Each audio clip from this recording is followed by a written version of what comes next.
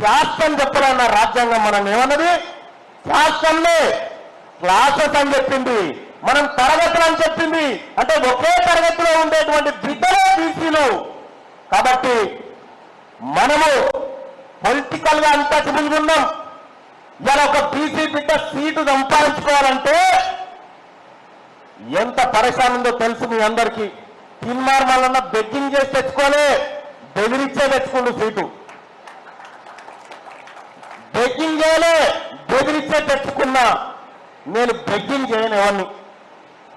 భిక్షాం దేహి అని అడగను, నీ సంగతి ఏందిరా అని అడుగుతా. కాబట్టి ఆత్మగౌరవం అనేది చాలా ఇంపార్టెంట్ మిత్రులారా. మనకు ఆత్మగౌరవం లేకపోతే మనల్ని అంటరాని వాళ్ళుగా చూస్తుంది ఈ సమాజం. బీసీల్లో రావాల్సింది ఆత్మగౌరవం రావాలి. ఏం ఒక్కసారి ఇలా ఈ ఆడకట్టంతా పోషావ పండుగలు అవుతున్నాయి.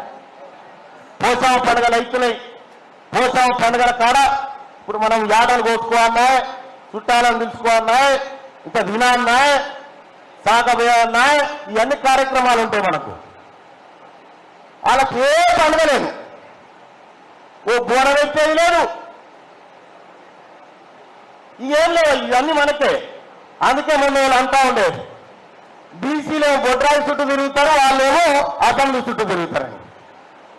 మన అసెంబ్లీ చుట్టూ తిరుగుడు ప్రారంభించాలి సోదరులారా. ప్రతి క్షణం ఓ కుట్రను పసిగట్టాలి. మనం వీళ్ళు చేసే కుట్రలను ప్రతి క్షణం పసిగట్టాలి. మీరు ఇంకా గమ్మత్తు 2-3 రోజుల మంచి సంచలనమే బయట పెడతారు జరాగురి. 2-3 రోజుల నాకు ఈ పాట ఆ పాట అని ఏం లేదా, ఎవరు మోసం చేస్తే వాళ్ళ పేరు చెప్తా. కాబట్టి బీసీ సోదరులారా, ఇప్పటి వరకు నేను జూన్ 7వ తారీఖున నన్ను మీరు గెలిపించారు.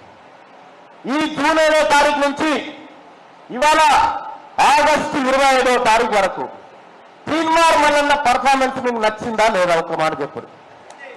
నచ్చితే గట్టే చప్పట్లు కొట్టుందన్నా, లేకపోతే ఏమైనా మారేది ఉంటే మార్చుకుంటా. తీన్మార్ మల్లన్న సరిగానే పనిచేస్తుందా? సరిగానే చేస్తుందా మీరు అనుకున్నట్టుగా? మీరు కోరుకున్న విధంగానే పోతా మిత్రులారా. ఇంకా ఏడాది కూడా ఇదే మాట అడుగుతా మళ్ళా మిమ్మల్ని. ఇది రెఫరెండం, నాకు ఇది రెఫరెండం, ఇది రెఫరెండం. మా బాబానే చెప్తా ఉంది, రెఫరెండం ఇది. సోదరులారా, వాళ్ళ నాశనకాలం వాళ్ళు కోరుకుంటే అన్ని పుడతాయి. కానీ సోదరులారా, ఒకటై చెప్తా ఉన్నా, ఈ ఉద్యమాన్ని ఇక్కడ ఈ బీసీలో పుట్టినటువంటి ఇంత మంచి బిడ్డలు ఇవాళ వరంగల్ ఆనిముత్యాల్లాగా ఇక్కడ ఉన్నారు. ఇవాళ శేషన్న కానీ ఇంటలెక్చువల్స్ కానీ అతిపెద్ద గ్రూప్ ఇక్కడ ఉంది.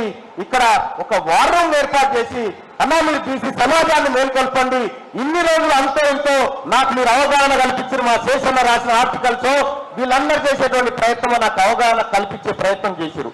ఇంకా ఎక్కువ మందికి తీసుకుపోండి, ఇంకా ఎక్కువ మందికి ఈ ప్రయాణంలో భాగస్వామ్యం చేయాలని చెప్పి ప్రొఫెసర్లని అందరినీ కూడా కోరుతా ఉన్నా.